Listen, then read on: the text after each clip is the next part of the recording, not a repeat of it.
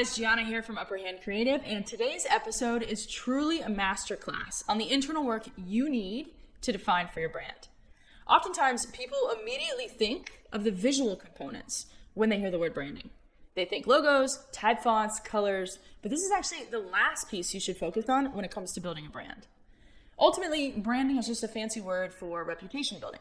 Your brand is the perception people have of your company.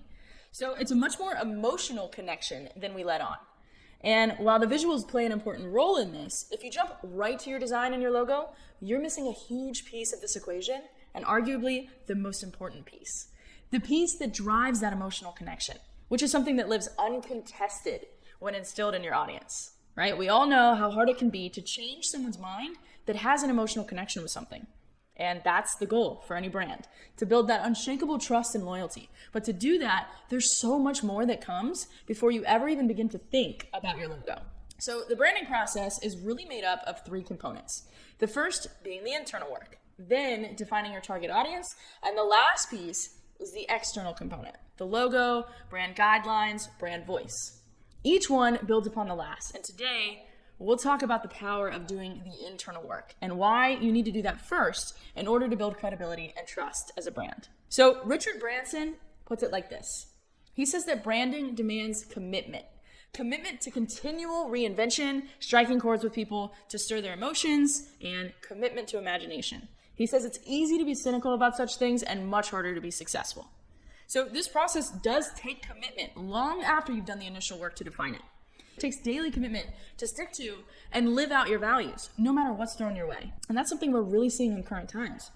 Brands aren't in touch with their values, or at least what they've said they believe in, and are instead succumbing to current times, news topics, reacting, panicking. We're seeing them exploit current trends and news topics. And it's just that, exploiting.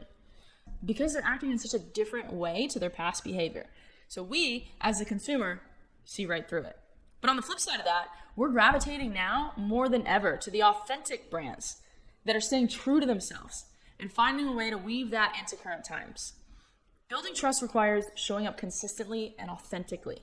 And as a business owner, we need to know what that means for our brand, and our team needs to understand it as well. So if you truly want to build a business on a solid foundation, one that will continually attract your perfect customers to you, give you credibility with your audience, and allow you to build trusting relationships that lead to sales for years to come, then putting the work up front into defining your brand is critical. So there are three main components that make up the internal part of your brand. And you might hear them referred to as something slightly different depending on what company you're looking at, but it all serves the same purpose. The first thing to define is your mission. And while you likely have a strong internal sense of why you do what you do, why you get out of bed every morning and build your business, could you easily explain that to someone else in a few seconds and in a way that aligns with them with the emotional aspect of your purpose? Probably not, unless you've defined that. Beyond that though, no matter the size of your business or the length of time you've been in business, you should always be thinking about scale. If you don't, your business won't be able to grow efficiently when you do get to that point. So when it comes to your branding and thinking about scale, everything needs to be out of your head and in black and white, clear and concrete. If you have a team, they need to know exactly what the mission of your company is. And if you don't have a team today, you'll eventually get to the point where you'll at the very least need to outsource something or bring on a contractor to help with certain projects. But if you can't clearly communicate to them why you do what you do, it'll reflect in their work. So your audience and prospective clients should also be able to see with ease what drives you as a company. And at the heart of it all, this is why people are attracted to a brand, because they align with their own personal why. But if you don't have a clear way of defining that, no one else will know why you do what you do either. Simon Sinek explains this in his TED Talk on the Golden Circle, and if you haven't seen this yet, go YouTube it immediately after this and watch it. Watch it once a quarter. He explains that the most successful brands lead with their why in everything they do. In other words, people don't buy what you do, they buy why you do it. And great leaders and marketers alike know this principle well and use it. People feel bought in when their purpose aligns with those around them.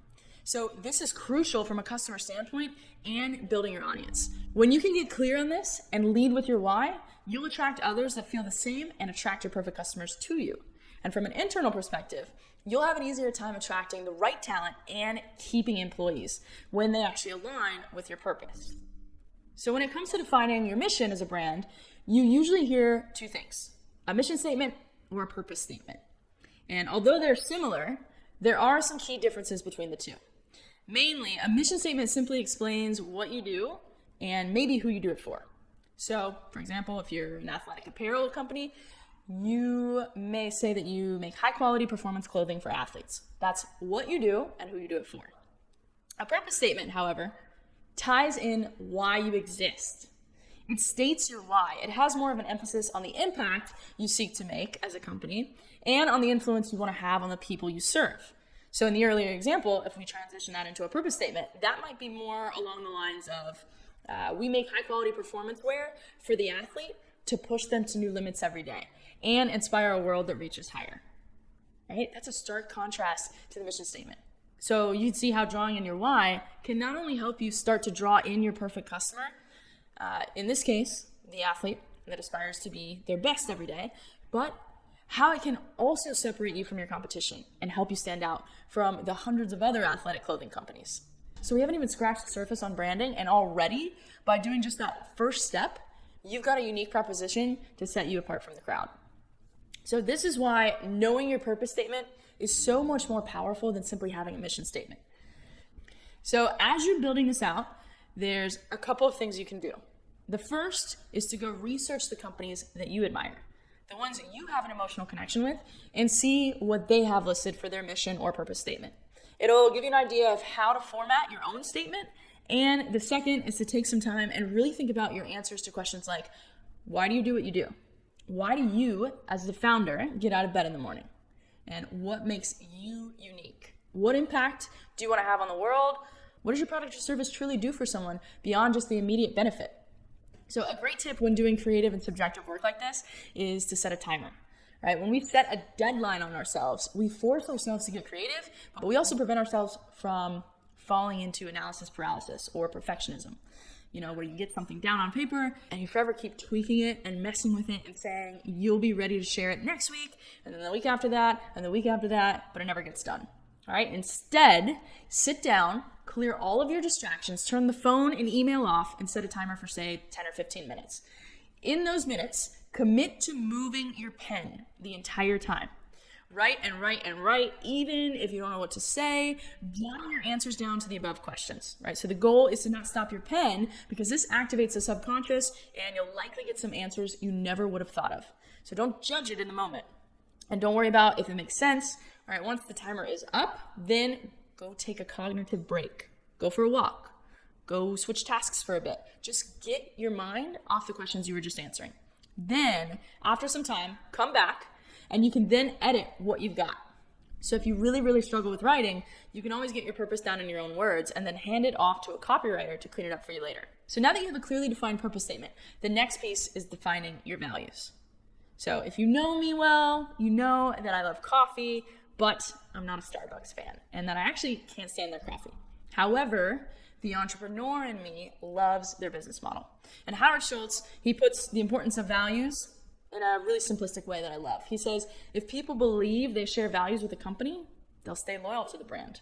And that's good advice coming from someone who's normalized a $6 cup of coffee and has created an insane amount of brand loyalty. All right, so we talked about the importance of being consistent earlier, right? And your values are how you ensure that you always show up authentically. So branding and living by your core values is really no different than how we build relationships in our own lives. So if you meet someone that seems to be inconsistent, let's say, and they're never really sure what they stand for, one day they stand for this and the next day for that, they're unpredictable. And we usually feel a little uncomfortable around them because we have no idea what's genuine and what's not. And we have no idea what to expect the next day. But when you meet someone that's rooted in their values, they know who they are and what they stand for and what they don't, we're drawn to them, or at the very least, we do feel comfortable around them and safe around them. And the same is true for your brand. Not just for your audience and customers, but for your employees as well. When you live and die by your values and commit to making all decisions based on your core values, no matter what, you're authentic. And people are drawn to you and they feel safe or trust your brand at the very least. right? And that feeling of safety and trust is what drives purchases.